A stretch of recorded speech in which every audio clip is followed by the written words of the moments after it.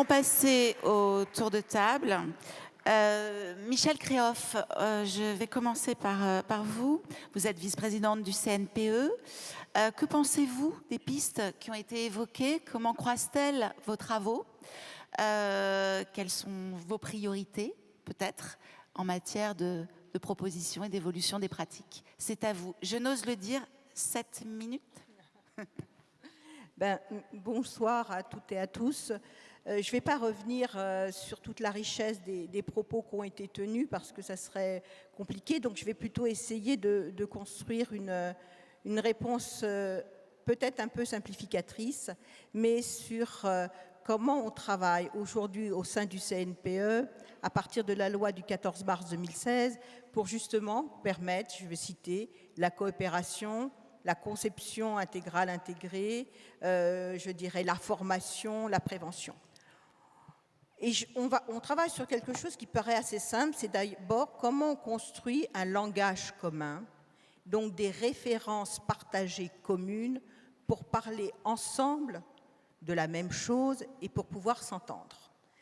Parce que sinon, je pense qu'il n'y a pas de coopération et on voit bien qu'on est dans des conflits d'intérêts divers et variés qui viennent percuter la coopération nécessaire. Donc on s'appuie bien évidemment sur la loi du 14 mars 2016 qui nous propose, et même qui institue, un référentiel commun qui est la garantie des besoins fondamentaux de l'enfant au titre de son développement et des droits y afférents. Et c'est absolument essentiel, je le redis, parce que nous avons enfin un concept ensemble à partager qui va nous permettre de parler avec les juges, avec les médecins, avec les travailleurs sociaux, avec les parents et avec les enfants concernés. Et ce concept de besoins fondamentaux de l'enfant, il y a une démarche de consensus qui l'a défini dans le cadre d'un consensus, et il y a des stades du développement qui permettent de le mesurer. Donc, voilà, nous sommes aujourd'hui, me semble-t-il, à l'orée d'un nouveau paradigme de la protection de l'enfance, où nous avons enfin les fondations pour construire ensemble un langage commun, un regard partagé, des conceptions partagées, et j'oserais dire, en lien avec ce qui se passe au sein du CNPE, une clinique partagée de la protection de l'enfance. Et certains membres à l'intérieur du CNPE parlent même d'une clinique partagée de la violence à travailler ensemble, à partir de ces besoins fondamentaux de l'enfant. Donc il me semble que c'est une chance qui s'ouvre aujourd'hui et qui va nous permettre d'avancer d'une part sur des outils communs, et ça rejoint tout ce qui a été proposé, que ce soit en termes de coopération, de formation, des outils communs, et on a cité des référentiels qui permettent d'évaluer, et là c'est le deuxième outil pertinent, c'est comment construire ce langage commun à partir d'outils communs.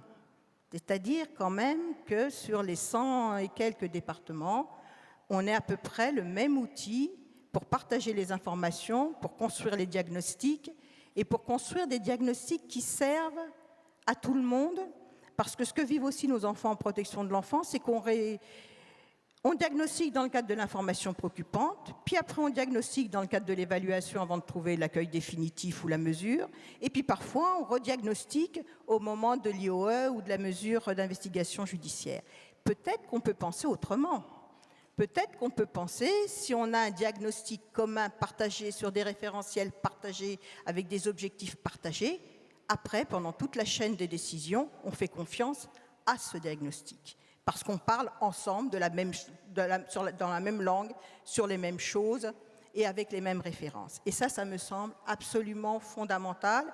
Et donc on essaye au sein du CNPE, je dois dire aujourd'hui avec tout le plaisir que j'ai à présider cette instance, parce que je pense que comme pour les ateliers, le climat est particulièrement bienveillant dans les diverses commissions, on est sur ce point de rencontre. Et ça me semble de bon augure. Et puis, je voudrais conclure mon propos avec, pour ceux qui me connaissent, une devise qui m'accompagne depuis le début, qui est une devise du philosophe anarchiste Proudhon. L'enfant n'appartient ni à l'État, c'est-à-dire il n'appartient pas aux institutions, ni à ses parents. Il appartient à sa liberté future. Et nous sommes tous là aujourd'hui pour que cette liberté future advienne à tous les enfants qui sont aujourd'hui maltraités, négligés, carencés, oubliés.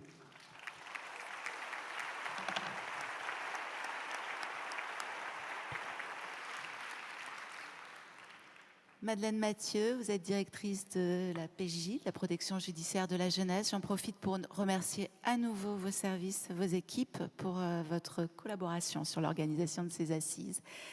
C'est à vous. Que pensez-vous de ces propositions? Merci de me donner la parole. Alors évidemment, je vais parler de la place de la protection judiciaire de la jeunesse.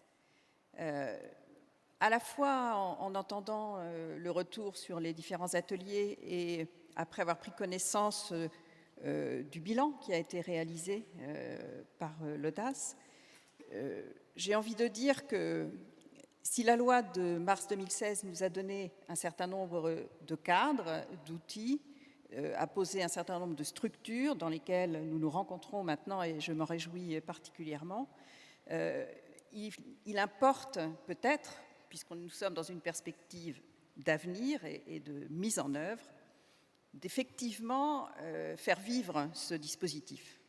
C'est toute la difficulté qu'on connaît bien à la protection judiciaire de la jeunesse, de parvenir à diffuser sur les terrains les orientations que l'on souhaite porter. Et je voudrais dire, pour donner une note d'optimisme à l'occasion de cette journée, qu'il y a un début, un frémissement, un commencement tout à fait intéressant de mise en œuvre de cette démarche qui concerne évidemment la protection judiciaire de la jeunesse, puisqu'elle partage le même objectif. Pour moi, la protection de l'enfance, ça irrigue tous les dispositifs qui nous réunissent aujourd'hui, y compris en matière de délinquance.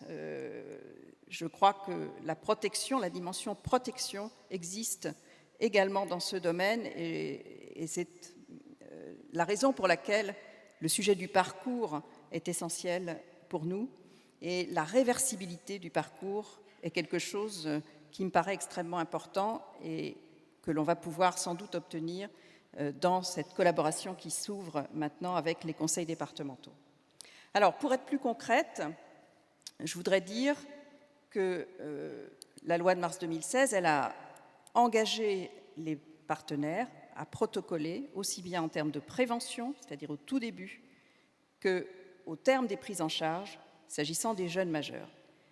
Ça confirme bien l'idée que la protection de l'enfance, elle concerne l'ensemble du parcours, et c'est en cela que nous devons absolument nous articuler entre protection de l'enfance départementale et protection judiciaire de la jeunesse.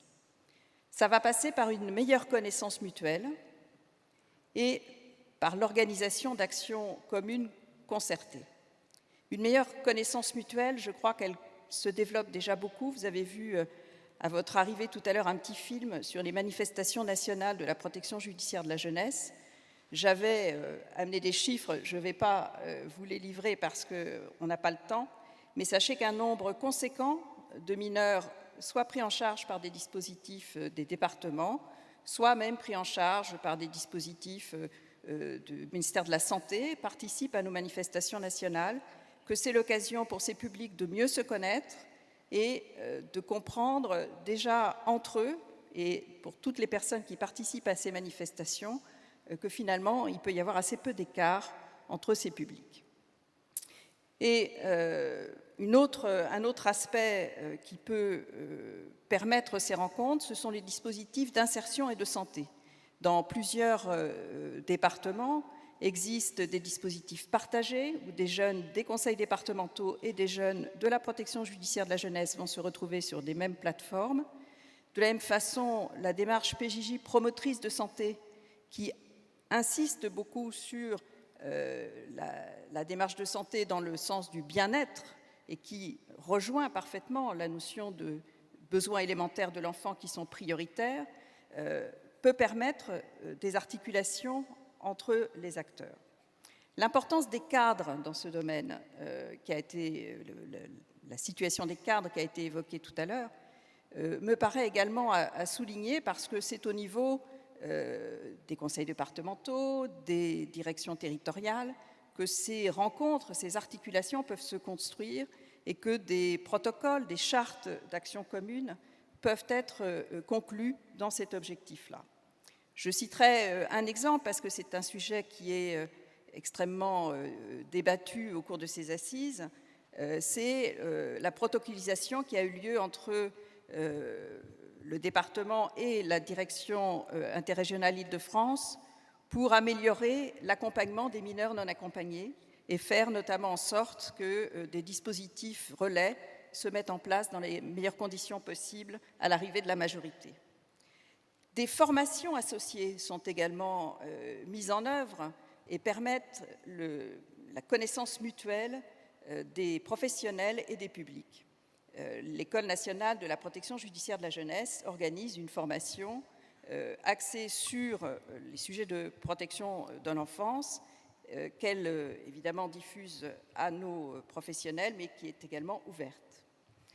Et puisque le temps nous est compté, j'aurais eu beaucoup d'autres exemples à donner, mais je souhaiterais terminer avec un sujet qui est un sujet sensible, certes, mais en même temps extrêmement porteur, puisqu'il s'agit des mineurs radicalisés ou en voie de radicalisation violente, pour lesquels une législation récente a mis en œuvre une double mesure.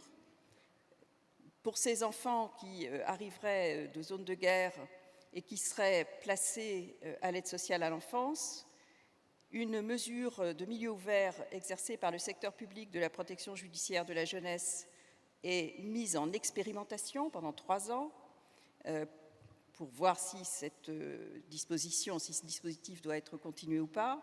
En tout état de cause, pendant le déroulement de ce dispositif, qui a pour raison d'être le fait que la protection judiciaire de la jeunesse a déjà une connaissance de ce type de problématique et peut venir au soutien des équipes de l'aide sociale à l'enfance dans ce cadre très particulier, je dirais que le bénéfice que l'on peut en tout cas tirer de cette expérience que l'actualité nous impose, c'est une connaissance mutuelle des professionnels, un apprentissage à travailler ensemble, et aussi une connaissance mutuelle des problématiques de ces publics. Et je suis persuadée que c'est des sujets extrêmement difficiles qui nous obligent à approfondir finalement des actions, des méthodes d'action éducative que nous avons développées depuis toujours sur les cas les plus complexes, qui rejoignent les travaux souvent conjoints que nous mettons en œuvre, là encore avec les conseils départementaux dans les commissions de cas complexes, ne pourront que faire progresser la qualité de la prise en charge. Voilà. Merci beaucoup et merci vraiment de jouer le jeu du temps contraint. Monsieur Jean-Philippe Vincan, vous êtes directeur général de la cohésion sociale, qui s'est beaucoup impliqué d'ailleurs sur la préparation de la loi du 14 mars 2016 et des décrets. C'est à vous. Que pouvez-vous nous dire sur les perspectives ? Alors moi je dirais bonjour à tous et à toutes que les constats et les propositions formulées dans les ateliers ou recueillis par l'Audace sont le miroir en positif d'un bilan et d'une enquête qui montre effectivement un bilan contrasté et un moral des troupes qui n'est pas totalement au beau fixe du côté des professionnels de la protection de l'enfance. Ce n'est pas totalement surprenant, ce n'est pas une découverte pour une direction comme la mienne, qui a travaillé évidemment à la fois sur la mise en œuvre de la loi du 14 mars 2016, sur le premier plan de prévention et de lutte contre les violences faites aux enfants, sur le plan pauvreté et sur le plan en faveur du travail social et du développement social. Parce que quand on regarde en fait les constats qui remontent notamment de cette enquête, on repère mieux, ou en tout cas les professionnels l'estiment, on évalue mieux les situations, on écoute plus les enfants, on prend plus en compte l'intérêt de l'enfant, on diversifie les modes d'intervention, mais derrière, ce qui ressort de l'enquête, c'est qu'on a régressé sur la prévention, on a régressé sur la construction cohérente de parcours, on a régressé sur l'impact des mesures prises sur le devenir des enfants. Et on a régressé, 42% l'estiment, sur les relations entre les acteurs de la protection de l'enfance. Et là, on se situe un petit peu comme quelqu'un qui fait un mauvais rêve et qui, d'une certaine façon, sait de mieux en mieux ce qu'il doit faire, ce qu'il faudrait faire, ce qui serait bon pour l'intérêt de l'enfant et qui ne peut pas le faire ou qui ne se sent pas en capacité de le faire, comme dans le rêve où on essaye de poursuivre quelque chose, on veut courir et on ne bouge pas. Et je pense que d'une certaine façon, pour faire le lien avec l'intervention des 2 mamans du collectif, quand on parle de placement abusif et de placement inconsidéré, on est évidemment dans des termes très fort vu effectivement du côté des parents, mais du côté des professionnels de la protection de l'enfance, je pense qu'on peut parler et vivre comme un échec des placements évitables, des placements qui sont inadéquats, tout comme en matière d'hospitalisation, il y a des hospitalisations évitables suite à une interaction médicamenteuse, et il y a peut-être des interactions entre la détresse sociale, la précarité, le désarroi parental, des troubles ou des addictions également qui font que faute d'avoir eu des mesures de prévention et d'accompagnement, on se dirige vers le placement alors qu'il aurait pu être d'une certaine façon évité. Quand je regarde les propositions qui sont formulées, je trouve effectivement d'abord cette volonté de faire en sorte que la protection de l'enfance, que l'ASE travaille plus et s'appuie plus sur les autres services, les autres institutions sociales. Moi, je suis frappé par l'idée que maintenant, fait quand même plusieurs décennies que la politique a été décentralisée, qu'elle est assumée par des services de la protection de l'enfance ou de l'enfance de conseils départementaux et qu'elle a le sentiment de régresser en termes de connaissances et de partenariat avec d'autres acteurs. Mais je vois quand même des pistes d'espoir dans la coopération interinstitutionnelle.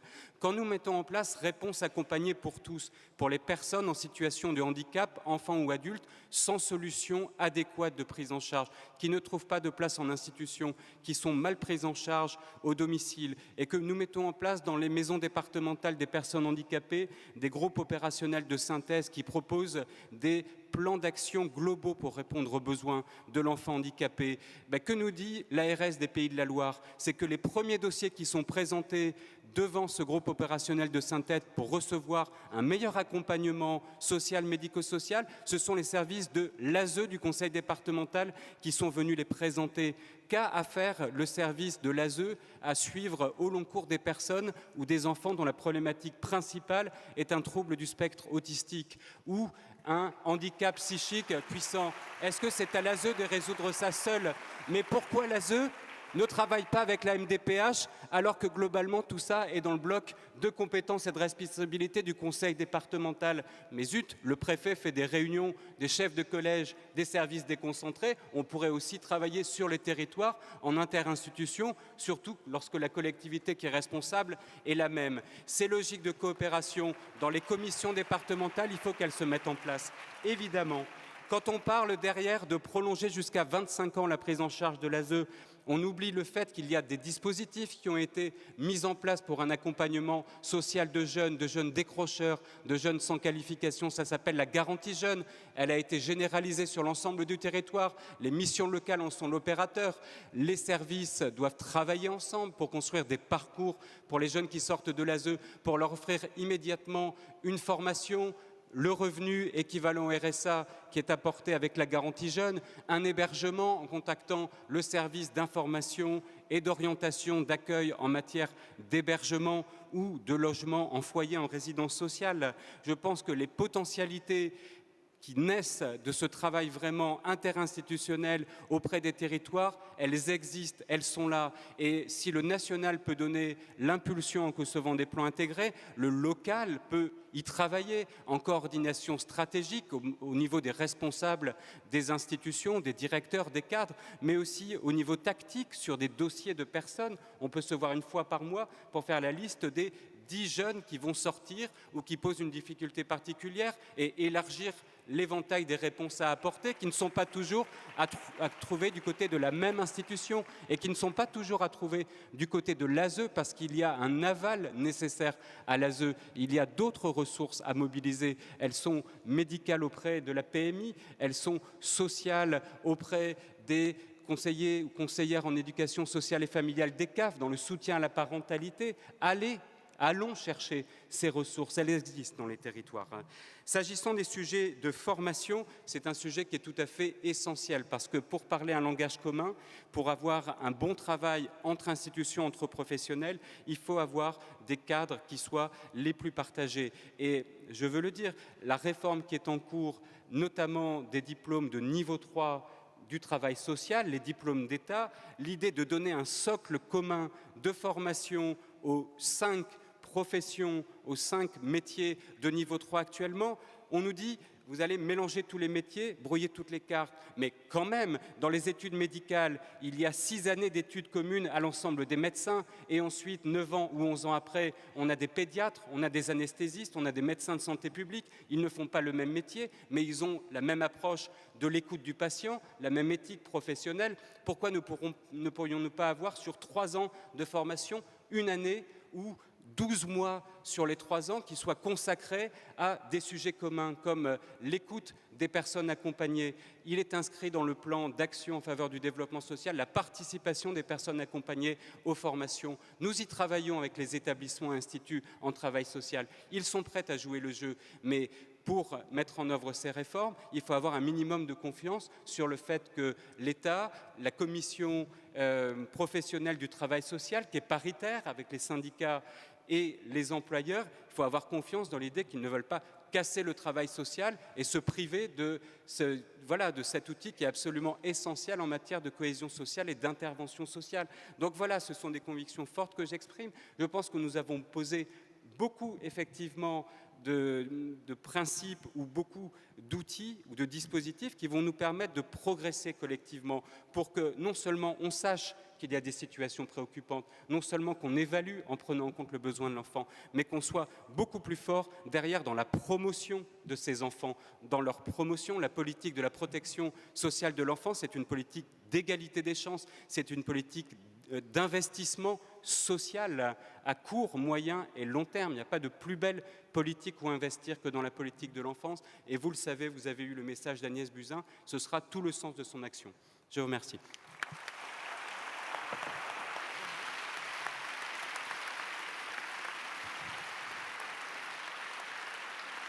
Merci, Monsieur Vincan. Cyriaque Cacheux, peut-être une réaction rapide, si vous pouvez, sur les propos qui ont été tenus. Oui, simplement pour dire à quel point je suis d'accord avec ce qui vient d'être dit au sujet de l'articulation sur l'ensemble des dispositifs. À la protection judiciaire de la jeunesse, nous connaissons la même problématique de jeunes qui seraient peut-être soit à orienter en amont ou en aval de nos dispositifs vers des prises en charge dans le cadre des MDPH par exemple, et un travail conjoint avec notre grand partenaire de la protection d'enfance qui est le département nous permettrait effectivement de mieux s'articuler globalement avec les autres dispositifs, qu'il s'agisse de l'éducation nationale ou de la santé. Voilà, je partageais tout à fait ce qui a été dit en termes d'objectifs et de concrétisation.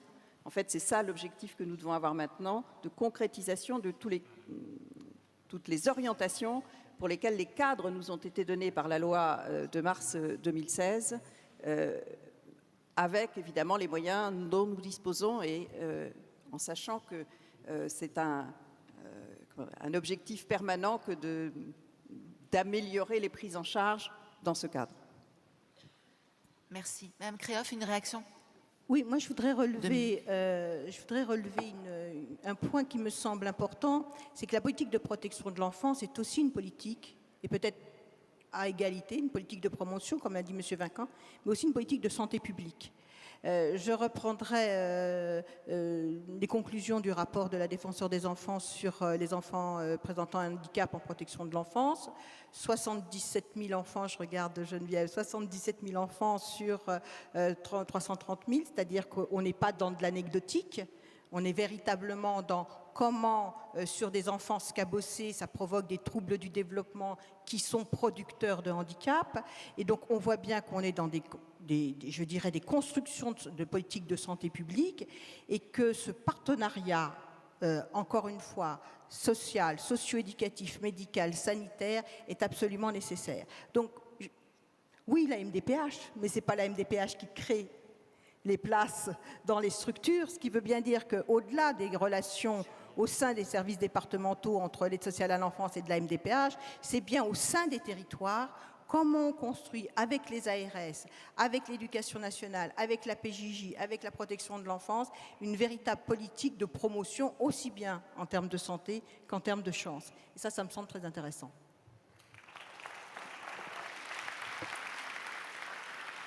Merci. Je vous propose maintenant d'écouter Jean-Louis Sanchez qui va nous faire une très courte synthèse de ces 2 jours. Puis nous accueillerons M. Jablanca pour la conclusion. Moi, je me réjouis vraiment de ce que nous avons entendu ces 2 jours, avec vraiment un souci pour tous de dépasser les limites habituelles. Je disais en aparté à M. Vincan combien j'avais apprécié qu'il soit en colère.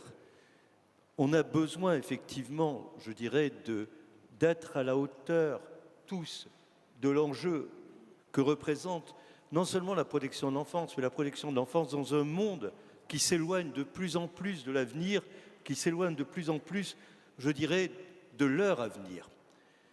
Et en même temps, j'avais envie de terminer sur une note très optimiste, car la charité aurait dit idéaliste. Et en fait, je suis embarrassé, parce que je crois qu'on a vécu un immense paradoxe aujourd'hui. Il y a à la fois un partage, une ambition partagée pour que la protection de l'enfance soit encore meilleure et devienne peut-être le fer de lance du développement social et peut-être même de la fraternité. Et en même temps, on sent bien que tout mouvement provoque de la violence, une réaction qui est quand même souvent, je dirais, difficile à maîtriser. Et je suis inquiet, parce qu'effectivement, la protection de l'enfance va connaître une période de très grands changements dans la rénovation de l'offre de services, dans l'évaluation des pratiques. Nous allons nous publier effectivement un rapport sur la EMO prochainement qui pose vraiment la question du maintien de la EMO sous sa forme actuelle, après avoir écouté le terrain. Donc tout ça, ce sont des mutations importantes. Mais comment faire des mutations importantes quand il est difficile de trouver un langage commun aux politiques et aux professionnels? Voilà, c'est une vraie difficulté. Et je le dis avec beaucoup de sincérité, c'est difficile de dire ces choses-là. Mais nous avons vraiment vécu les assises du paradoxe.